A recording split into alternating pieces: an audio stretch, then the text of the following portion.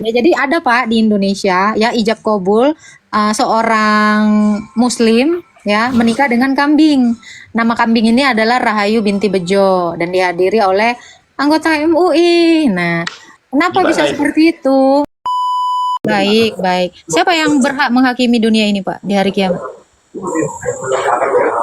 Ya Tuhan lah. Ya udah dia mengaku. Selesai, Ini nggak ada yang kontradiksi dong. ada yang mengutus beliau itu. Nah, pertanyaan kedua, yang pertama belum terjawab dan ratusan ribu penonton kayaknya tahu bisa menganalisis. Saya menjelaskan menit bermenit, kau bilang pertanyaan pertama belum dijawab. Ya, saya tidak menyukai pembohong seperti Anda. Shalom Bapak Ibu saudara-saudari terkasih, selamat datang di channel Juru Selamatku. Sebelumnya jangan lupa subscribe, like, dan bagikan tentang kebenaran Tuhan kita yang besar, dahsyat, dan penuh kasih. Pembahasan kali ini akan disampaikan oleh apologet Kristen yang sangat luar biasa, yaitu Saudari Agatha. Beliau akan berdiskusi dengan beberapa umat muslim yang bertanya tentang iman Kristen. Dari diskusi tersebut, umat muslim ini mencoba mencari perbedaan atau kontradiksi yang ada di dalam Alkitab. Namun, umat muslim ini terus membantah dan tidak terima dengan apa yang dijelaskan oleh Saudari Agatha. Pembahasan tersebut mengenai di ayat mana bahwa Yesus menyatakan dirinya adalah Tuhan. Tanpa panjang lebar, saya ajak Bapak, Ibu, saudara-saudari untuk melihat diskusi yang sangat seru ini. Tentunya bisa menambah wawasan dan menguatkan iman kekristenan kita.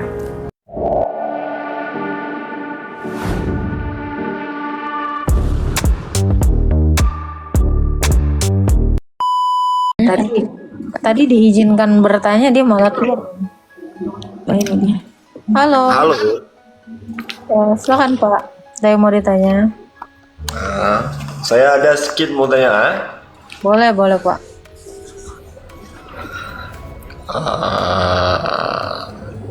Saya ini mau tanya sedikit heran.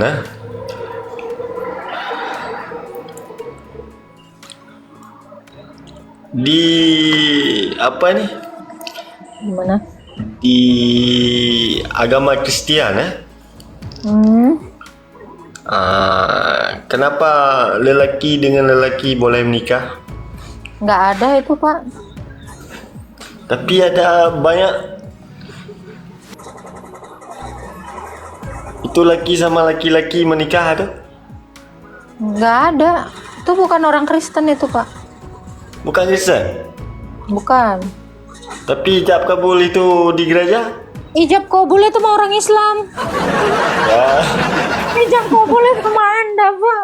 Bukan orang Kristen. Orang Kristen nggak ada yang ijab kabul Pak. Itu mah di masjid.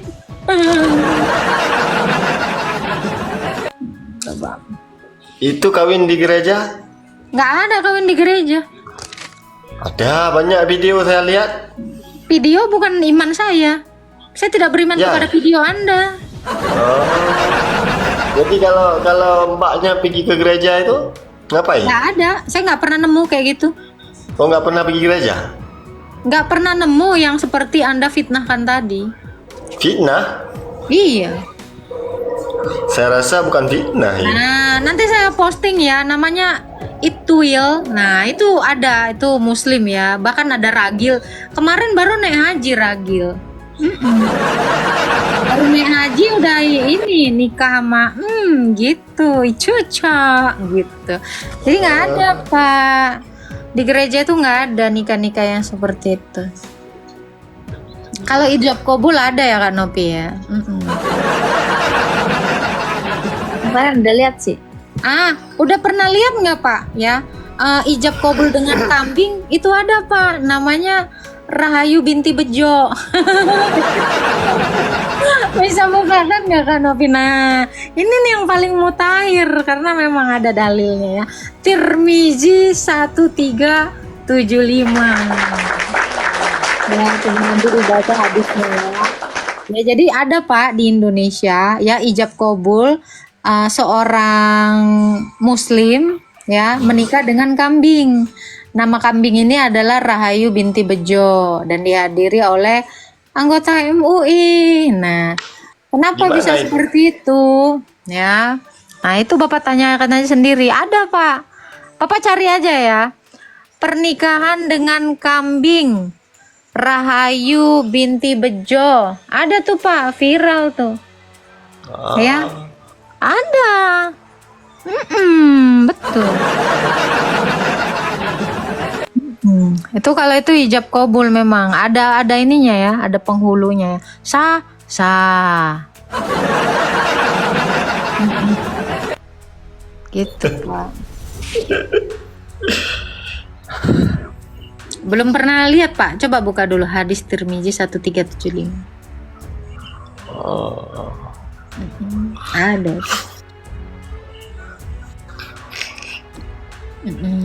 Gimana? Mantap.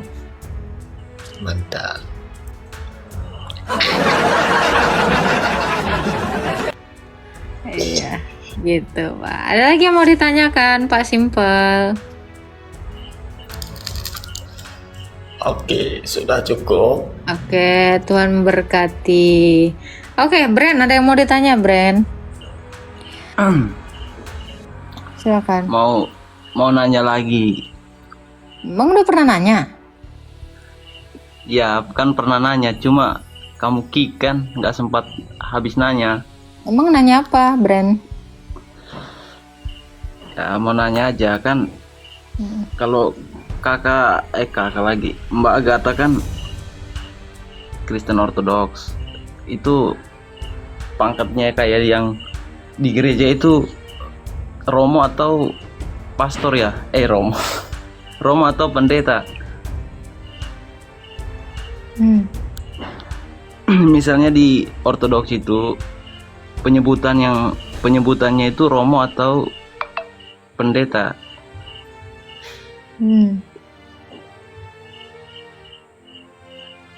Itu kira-kira bisa nikah nggak?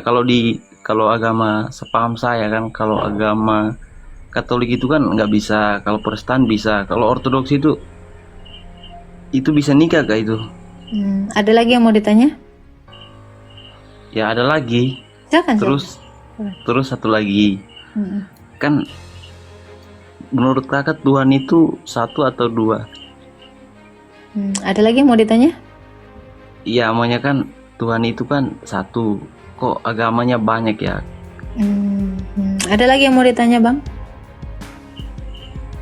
Ya heran aja. Kenapa agama bisa banyak? Sedangkan Tuhan itu kan satu yang menciptakan alam semesta ini. Ada lagi yang mau ditanya? Ya itu aja. Oke, terima kasih. Kan tadi katanya saya mau nanya aja. Ya udah itu nanya aja kan. Ini bener nggak? Pinter banget kakak. Kan katanya mau nanya aja. Ya udah nanya aja. Anda nggak mau dengar jawaban kan? Keren. Udah. Untung dia nggak bilang ya. Tolong dijawab dengan logis. Nanti gue jawab logis. Tuh dilawan. Nah kan kata dia, saya mau nanya aja. Ya udah nanya aja. Ada lagi saya tanggepin aja. Saya terima aja pertanyaan Anda. Keren nih, Nanya. Udah. Pelajaran Salah nggak baru. gua? Salah nggak? Enggak dong. Bener toh. Katanya saya mau nanya aja. Ya udah nanya aja. Ngapain kita buang-buang waktu ya kan? Udah kirim permintaan belum? Kirim permintaan dulu. Lu nggak ngirim permintaan, cuman teriak-teriak aja naikin gua. Yang tadi ngajakin debat silakan naik. Gitu aja, santai kita mah di sini, slow aja. Tapi pakai data dan pakai otak. Jangan nggak pakai data. Oke, kita naikkan ini. Ada yang pengen naik. Marta IKD. Bismillahirrahmanirrahim. Halo, silakan Halo. Marta. Ya, selamat malam. Saya Muslim. Ya, silakan Pak. Ada yang mau ditanya? Mau tanya nih, yang pertama, yang menyatakan diri Yesus itu dia sebagai Tuhan di ayat mana ya? Yohanes 13 ayat 13. Apa bunyinya itu? Akulah guru dan Tuhan. Akulah Guru dan Tuhan. Guru dan Tuhan. Apa tadi? Ayat apa? Yohanes 13 ayat 13. Yohanes 3 ayat 13. Yohanes Nah. Pak, Yohanes. Yohanes. Jadi agak sedikit kontradiksi nih di ayat Yohanes ayat 5:30 bahwa isinya dia tidak dapat berbuat apa-apa. Ini maksudnya apa? Tolong dijelaskan ya. Baca aja dulu. Kalau di Yohanes 5 Baca itu aja dulu 30. Yohanes 5 ayat 30. Silakan baca. Aku tidak dapat berbuat apa-apa dari diriku sendiri, kata Yesus. Terus? Aku menghakimi sesuai dengan apa yang aku dengar. Apa dikatakan aku menghakimi? Sekarang saya Iya, tanya aku Pak. Siapa sesuai yang dengan apa menghakimi? yang aku dengar. Baik, baik. Siapa yang berhak menghakimi dunia ini Pak di hari kiamat? Ya Tuhan lah. Ya udah dia mengaku. Selesai. Ini Nggak ada yang tapi- kontradiksi dong. Enggak, ini pernyataan. Oh. Jadi Ini- Yesus mengaku Tuhan di Yohanes 5 ayat 30 dan mengaku Tuhan di Yohanes 13 ayat 13. Selesai. Ada lagi yang mau ditanyakan Pak Marka? Mantap. Silakan.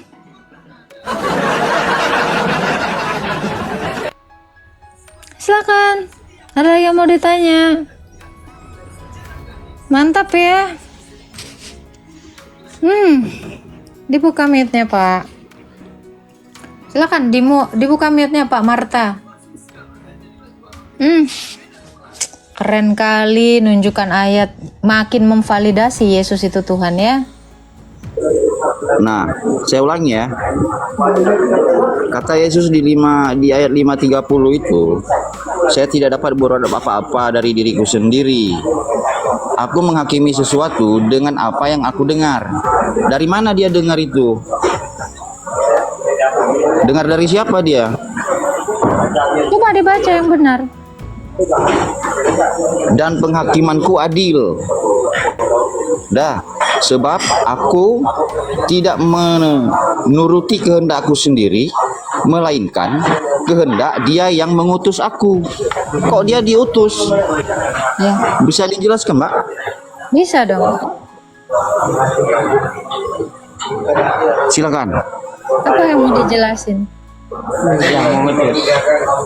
Yang mengutus Yesus itu siapa? Jelaskan. Oke. Bapak bisa baca di ayat 19 ya?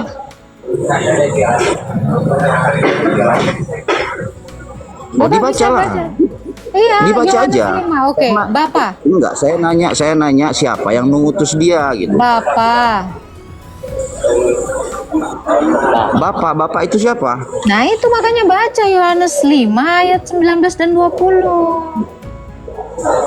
Yohanes 5, Masih Yohanes 5 ayat 19 dan 20, coba baca. 19-20 ya. Ya. Akulah Alfa dan Omega gitu. Yohanes 5 ayat 19 soal Alfa dan Omega.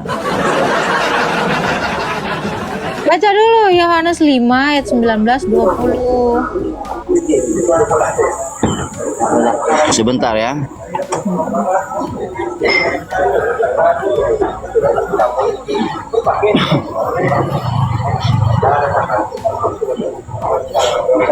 Yesus berkata gitu ya. Anak tidak dapat melakukan apa-apa dengan kuasanya sendiri. Ia hanya melakukan apa yang dilihatnya dilakukan oleh Bapaknya, dan ia melakukannya dengan cara yang sama. Gitu. Baca lagi. Yang 20-nya. Yang 19-nya itu juga tidak benar itu bacanya. Baca yang benar. Anak tidak dapat melakukan apa-apa dengan kuasanya sendiri. Benar bacanya. Ia hanya melakukan apa yang dilihatnya Yang benar bacanya. dilakukan oleh Bapaknya, dan ia melakukannya dengan cara yang sama. Itu dia bunyinya. Yang benar bacanya dong. Loh. Coba Mbak baca. Ya, aku berkata kepadamu, sesungguhnya anak tidak dapat mengerjakan sesuatu dari dirinya sendiri, jikalau ia tidak melihat Bapa mengerjakannya. Sebab yang dikerjakan Bapa, itu yang dikerjakan anak. Keren dong. Lalu yang Sebentar yang dulu. Bapak itu siapa? Lalu Ya. Bapak itu siapa? Satu di dalam Tuhan Yesus. Loh. Berarti Ya, saya baca lagi ya, belum ke-20 ya. Ya, apa yang Enggak, dikerjakan Bapa enggak. itu dikerjakan Jelaskan dulu. anak. Sabar. Jawab Ini kan mau dijelasin. dulu. Ini kan mau dijawab. Kok nggak diam? Oke, Yesus berkata, apa yang dikerjakan anak itu yang dikerjakan Bapa. Ini menunjukkan bahwa firman yang hakikatnya Allah itu satu di dalam Bapa. Dan apa yang dikerjakan Bapa itu dikerjakan anak. Kalau Bapa mencipta, Yesus mencipta dong. Oke, ayat 20-nya ya. Ya, ayat 20-nya. Sebab Bapa mengasihi anak dan ia menunjukkan kepadanya segala sesuatu yang dia kerjakan. Nah, Yesus itu menyaksikan segala apapun yang dikerjakan sang Bapa. Ya, ketika menciptakan biji mata kau pun Yesus tahu. Karena Yesus juga mencipta bersama-sama dengan sang Bapa. Ya, jadi apa yang dikerjakan Bapa, itu dikerjakan anak. Yesus dan Bapa bekerja bersama-sama. Sebab Allah dengan firman-Nya itu satu dalam satu hakikat. Sebab Bapa mengasihi anak dan menunjukkan kepadanya segala sesuatu yang dikerjakannya sendiri. Bahkan ia menunjukkan kepadanya pekerjaan-pekerjaan yang lebih besar lagi daripada pekerjaan-pekerjaan. Sehingga kamu menjadi heran. Sebab sama seperti Bapa membangkitkan orang mati, demikian anak menghidupkan siapa yang dia kehendaki. Inilah yang dinamakan kesetaraan dalam hakikat. Sang firman dengan sang Bapa. Yang mengutusnya Allah, yang diutusnya Allah. Sebab Yesus adalah Allah dalam kekekalan sebagai firman sang Bapa. Seperti itu, Bu. Ada lagi yang mau ditanyakan Pak Marta? Silakan Pak Marta dibuka mute-nya.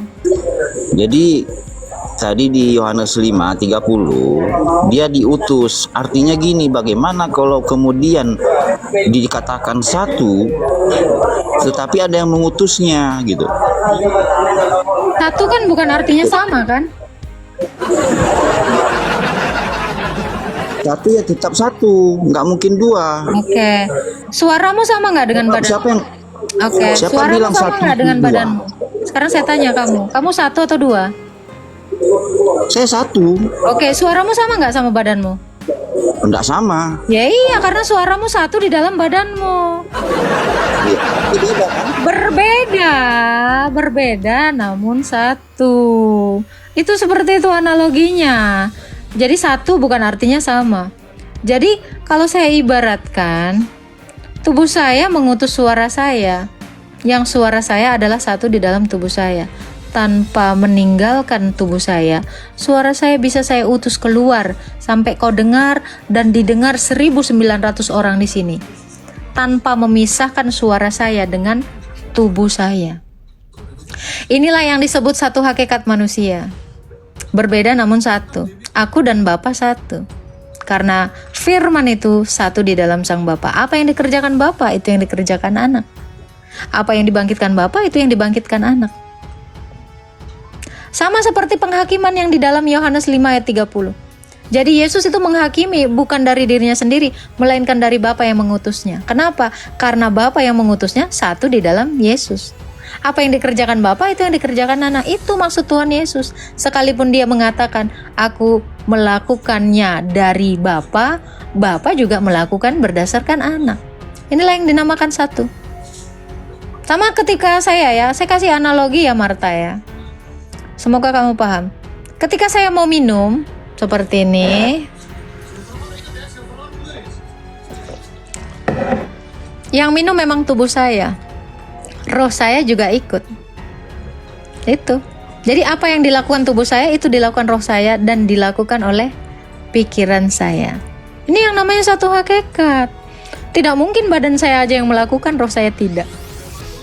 Itu. Seperti itulah yang dimaksudkan Tuhan Yesus di dalam Yohanes 5 ayat 30.